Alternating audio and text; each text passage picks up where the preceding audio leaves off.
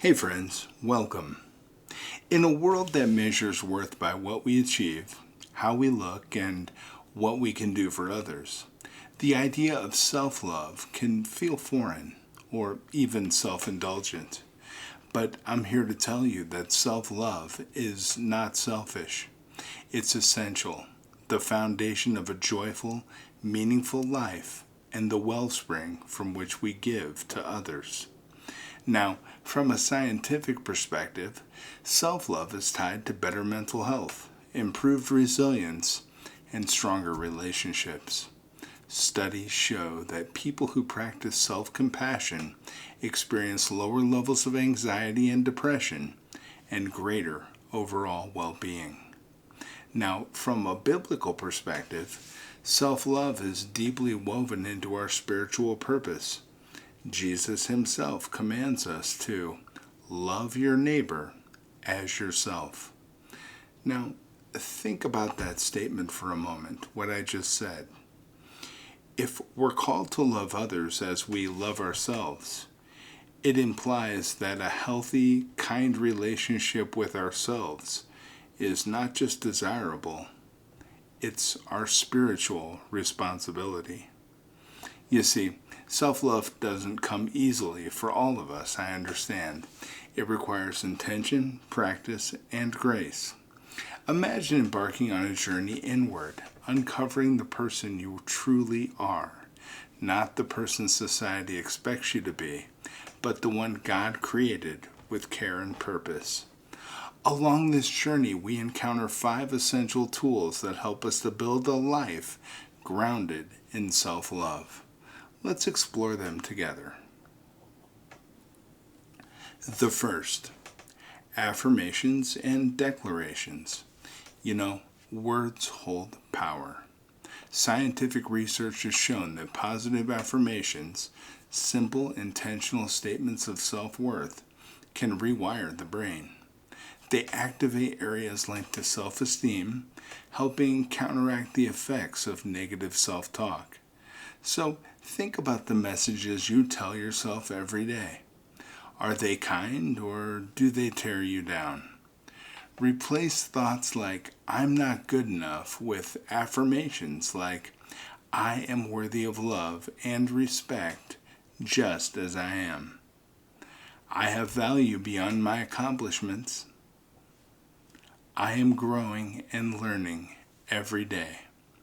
And the Bible reinforces the power of words. Proverbs 18, verse 21, reminds us, the tongue has the power of life and death. And what we speak, even to ourselves, matters.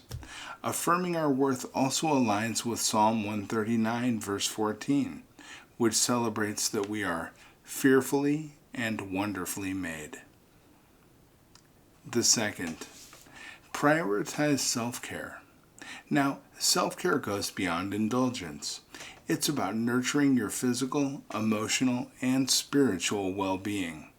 From a scientific standpoint, practices like sleep, exercise, and mindfulness reduce stress hormones and increase dopamine and serotonin, chemicals linked to happiness and calm.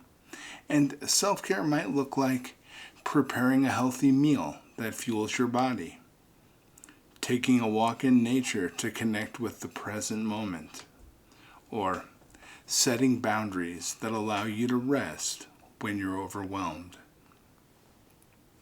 Now, biblically, prioritizing self-care honors God's design for our bodies and spirits.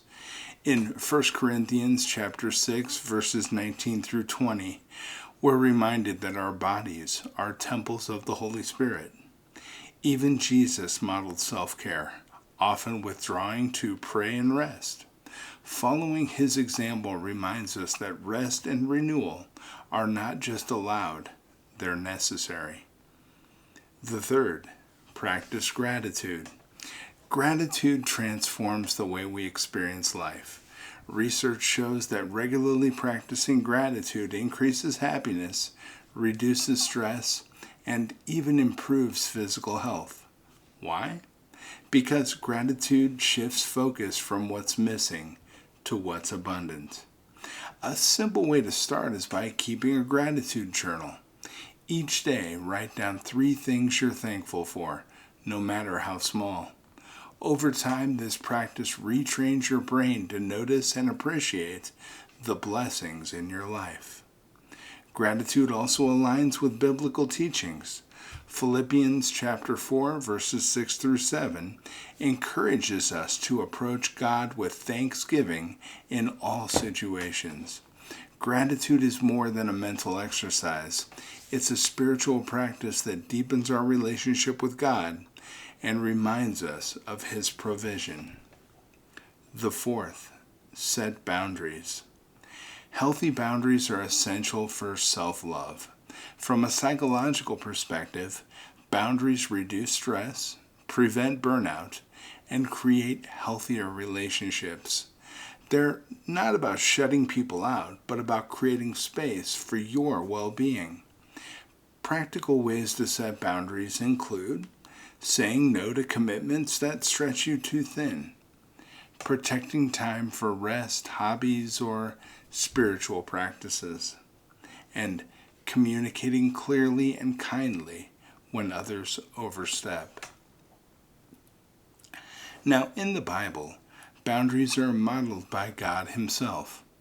After creating the world, He rested on the 7th day, setting the precedent for honoring the need for rest.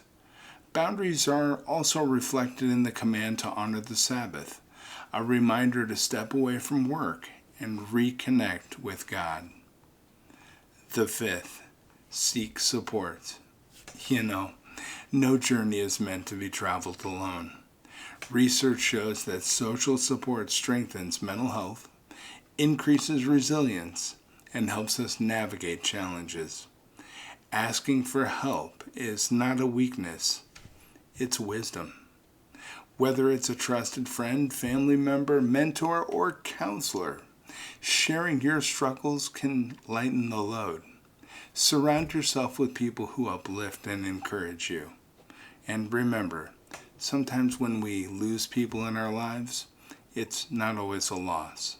Make sure you surround yourself with positive people who support you and your endeavors. Biblically, community is part of God's design. Ecclesiastes chapter 4, verses 9 through 10 reminds us, 2 are better than 1, because they have a good return for their labor. If either of them falls down, one can help the other up. Even the strongest among us needs support. It's part of being human.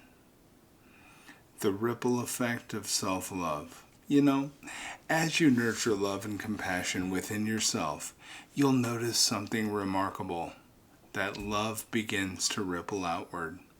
And science shows that self-compassion increases empathy for others. When we treat ourselves kindly, we become more patient and understanding towards others. Similarly, the Bible calls us to love our neighbors as ourselves. Healthy self-love equips us to love others more authentically, creating a cycle of kindness and connection. Picture a woman standing on the edge of a cliff, arms outstretched, embracing the vastness of the world. That is the power of self-love. It opens your heart to life's possibilities and empowers you to lift others as you rise. So, self-love is not a destination. It's a lifelong journey. There will be days when it feels natural and days when it feels like an uphill battle. But every step is worth it because self-love transforms how you see yourself, your relationships, and the world around you. As you leave here today, I encourage you to reflect on one question. What can I do today to show myself kindness and love? Maybe it's replacing a critical thought with an affirmation. Maybe it's taking 5 minutes to pray, meditate, or breathe deeply. Maybe it's letting yourself rest without guilt. Self-love doesn't just improve your life, it transforms the lives of those around you. So when you are rooted in love, that love overflows into your relationships, your work, and your community. And that, my friends, is how we create a kinder, more compassionate world, one loving act at a time. Thank you for joining me today. I hope you have a beautiful day. And remember, I care about you, I believe in you, and we both know that you are 100% worth it. I'll see you tomorrow, friends. Take care.